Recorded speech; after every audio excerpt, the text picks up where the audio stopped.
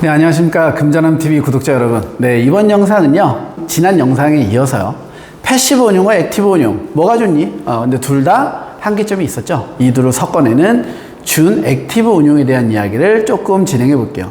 그럼 준 액티브 운용에서는요, 패시브와 액티브의 장점을 섞는다고 했는데, 얘네들의 장점, 우리 가만히 생각해 보면 아주 단순해요. 자, 그러면 각각의 장점부터 한번 알아봐야 되겠죠. 액티브의 장점은 뭘까요? 그렇죠? 시장이 변화됐을 때 적극적으로 대응할 수 있다는 거. 그리고 우리가 저평가된 종목이나 너무 고평가된 종목을 정확하게 표착해낼 수 있다면 수익률을 극대화시킬 수 있다는 거. 맞죠? 그럼 반대로 인덱스, 패시브 운용의 장점은 뭐가 있을까요? 불필요한 매매를 통해서 수수료나 세금의 낭비가 생기지 않는다는 거. 그리고 시장을 예측하는 행동을 하지 않기 때문에 예측에 실패가 발생하지 않는다는 거. 즉 안정적인 수익률을 추구해 갈 수 있다는 게 패시브 운용의 장점이 되겠네요.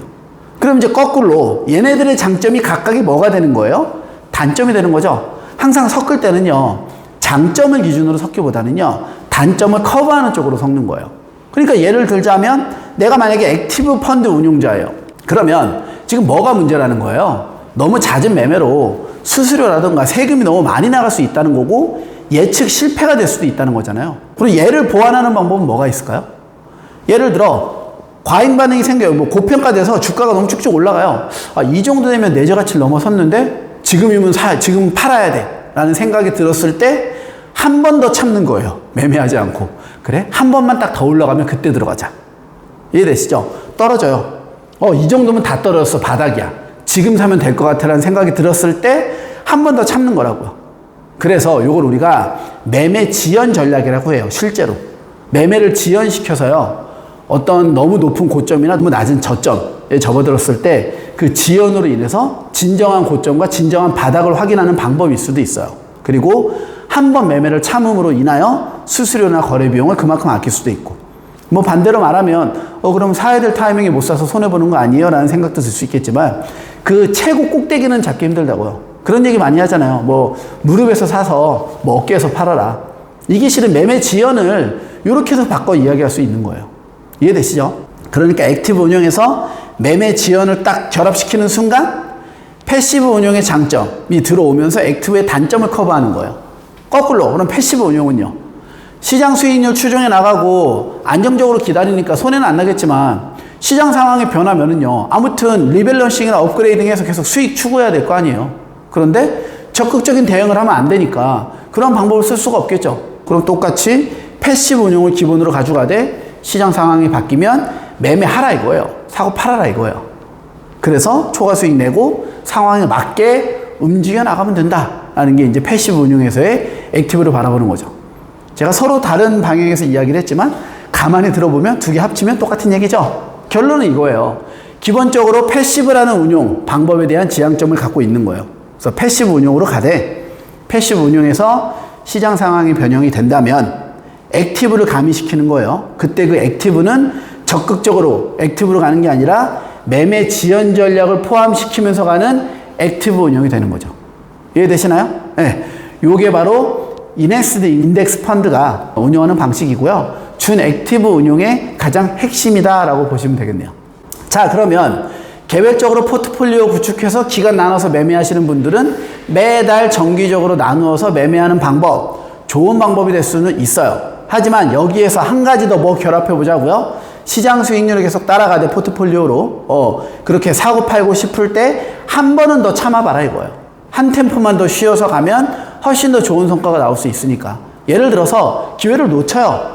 너무 떨어져서 내가 샀을 때 이거보다 한 번만 더 떨어지면 사야지 했는데 다음날 곧바로 상한가 쳐서 기회를 놓쳐버리면 안타깝고 만 거예요. 나는 안 안타까운데 안타까운 게 싫은데라고 생각할 수 있겠지만 투자의 기회는요, 즉 주식시장에서의 돈을 벌 수 있는 기회는 수도 없이 많이 와요. 우리는 그렇죠, 패배하지 않는, 즉 손실 보지 않는 그 확률을 높이는 게 중요하다는 거예요.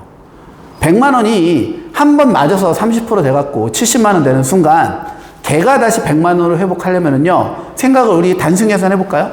100만 원에서 하한가 맞아서 70만 원 됐어요. 그럼 70만 원에서 다시 상한가 맞으면 100만 원 돼야 되지만 7, 3, 21이니까 91만 원 밖에 안 돼요. 여전히 10%는 손실 나 있다 이거예요. 이해되시죠? 그러니까 과하게 손해보지 않는 확률을 계속 낮추는 거죠. 그러니까 과하게 손해보지 않게 만들고 계속적으로 이익을 볼 수 있는 방향으로 포트폴리오 관리를 해 나간다면 포트폴리오에 대한 전체 눈덩어리는 계속 커질 수밖에 없는 거예요. 요거를 할 수 있는 가장 쉬운 방법이 그렇죠. 매매 지연 전략이라는 거고 그러한 전략을 쓰는 애들 준 액티브 운용 방식이다라고 이야기를 해요. 아시겠죠? 그러니까 이제 펀드 가입할 때도 그 인덱스 펀드를 가입하면 시장 수익률을 따라가니까요. 괜찮아요. 근데 나는 인덱스 펀드보다는 조금 더 리스크를 감수하면서 리턴을 올리고 싶어 라는 생각이 든다면 인핸스드 인덱스 펀드, 즉 준 액티브 운용을 하는 펀드들이 그러한 성향들을 갖고 있으니까 그러한 펀드들에 가입을 하는 것도 좋은 방법이 되겠네요. 됐나요? 네.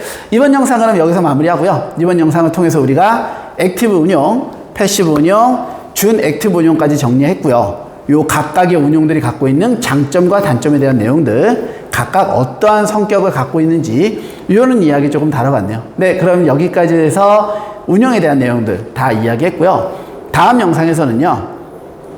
운용에 대한 부분들, 그렇죠? 요건 조금 작은 개념이거든요. 요거보다 한 단계 더 높은 전략에 대한, 즉 자산 배분이란 관점으로 한번 접근을 해보도록 할게요. 이제 자산 배분이 그 앞서 제가 분산 투자해라 포트폴리오를 짜라라는 이야기 했을 때 아주 가볍게 이야기를 했었잖아요. 그런 부분에 대한 조금 더 이론적인 배경이 될 수도 있고요. 우리가 이제 어떤 식으로 운용을 하고 그 큰 틀에서 결정을 어떻게 나가는지에 대한 큰 가이드라인을 제시할 수 있으니까요.